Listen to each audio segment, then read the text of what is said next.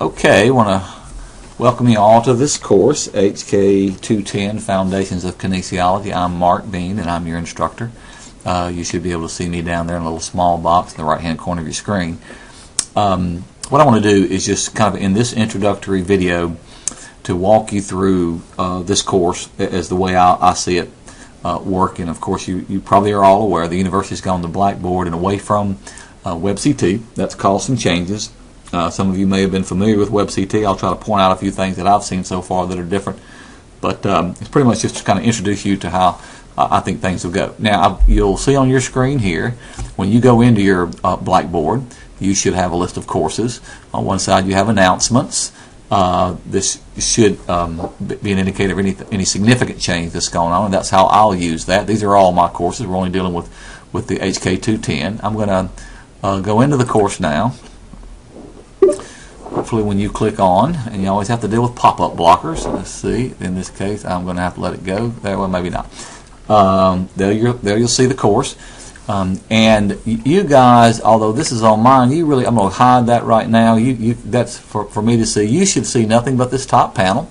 I'm also going to change one more thing on mine. When I take off the edit mode, just for a second, it makes it look more just like yours. This is what you should see. And I'm going to try to walk you through this real quickly. First off, you'll come into the course on the home page. Now, the only thing I have up on my home page right now is announcements. Some of you may have seen other courses that have other things up on the home page, things like a calendar, what's due, those sorts of things. Once I know that those things are working properly and I know exactly what's coming up on them, I plan to use those. I think those will be useful tools, but I don't want to put them up right now, and because I'm afraid it may give you the impression that there'll be little notices about when things are due. Not yet. Right now, all your due dates, you're going to have to look at the syllabus, and I'll try to put some reminders out. But anyway, I may add some things to this part of the home page later. Okay. The first thing you should do probably is after you've read my welcome message, it tells you to go into the introduction folder. And we'll talk about this just a little bit. Here you have the syllabus. I'm going to do an entire separate video on the syllabus. We're going to walk through this. But this provides information on the syllabus and on the book and on the online study guide. Now, here's the key message. And when you read this book information, I'm not going to open it up right now. It'll tell you. Well, I will open it up right now. Let you take a look at it. If I can get that open, it tells you that pretty much you must have the book. And you must have access to the online study guide. You must have access to the book.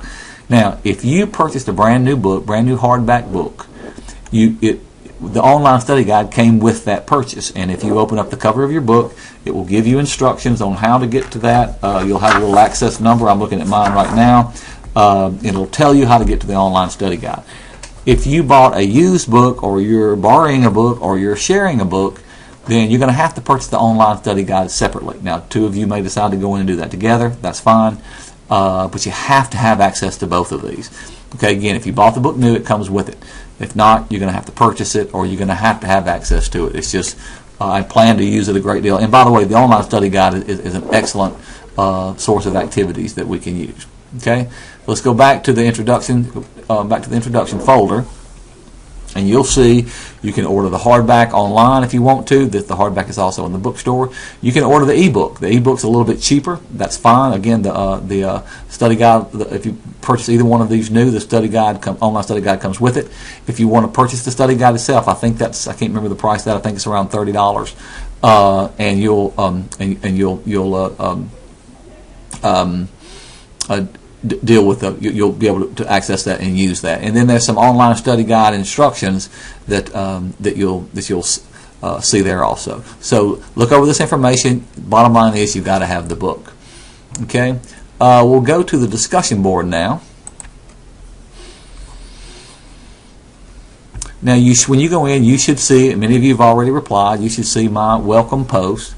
The way what happens is I will always create a forum. I assume you guys can see create a forum, but you never create a forum. I'm the only one that creates a forum. Okay, I'll start off a discussion thread, and we'll have, as I've just done, welcoming you, trying to see who all checked in the course. So you will never create a forum. I'm the only one that creates a forum. Now, if you'll click on the thread, it'll open up here in just a minute.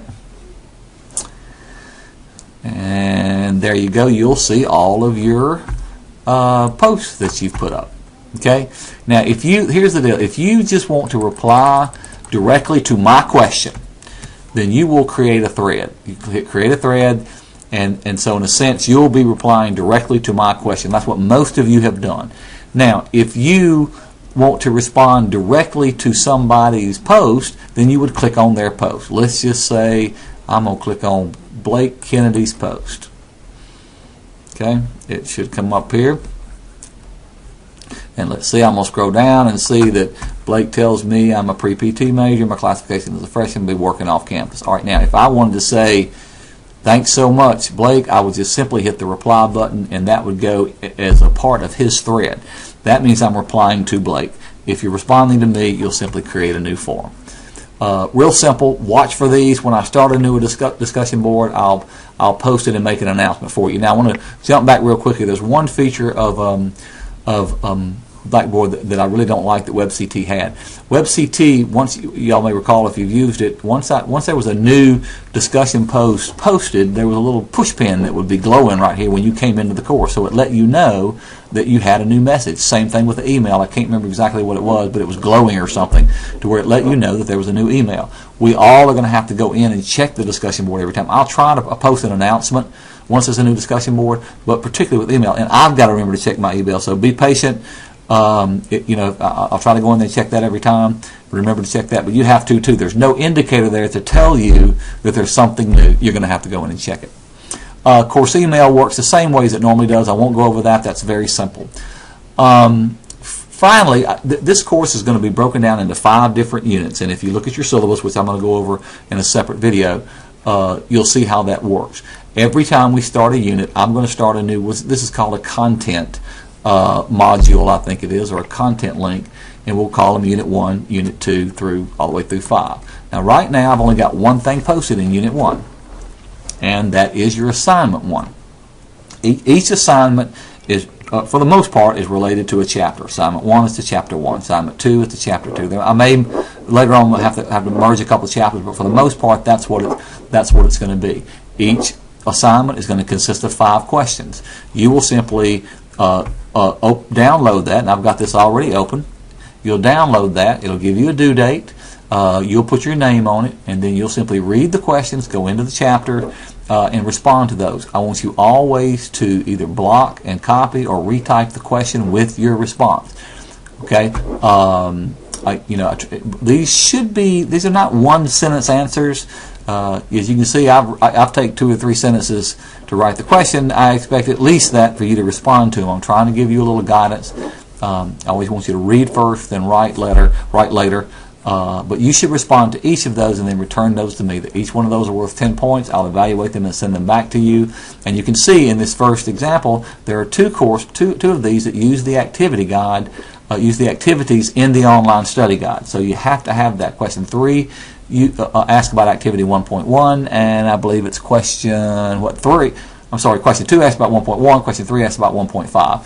So you'll need those to answer the question. So you have to have the online study guide, or at least have access to it. Let me go back to my Blackboard. See if I can get that back up here again. So there's you now. I will post other things. I will very soon. Once I'm going to post assignment 2 from chapter 2, and I may post some supplemental PowerPoints. Each unit basically consists of 2 assignments and an exam. And I'll go over that a little bit more when we get to the assignment part. I did want to show you, although I don't have it up here now, it may take me a little while to get there. What I'll probably do is in the syllabus video, I want to show you a little bit about the online study guide, and I'll add that to the end of the syllabus. So anyway, I'm going to post this. I'll start a discussion thread about your introductory material, and then you can let me know if you understand anything or everything, or if you have any questions. Okay?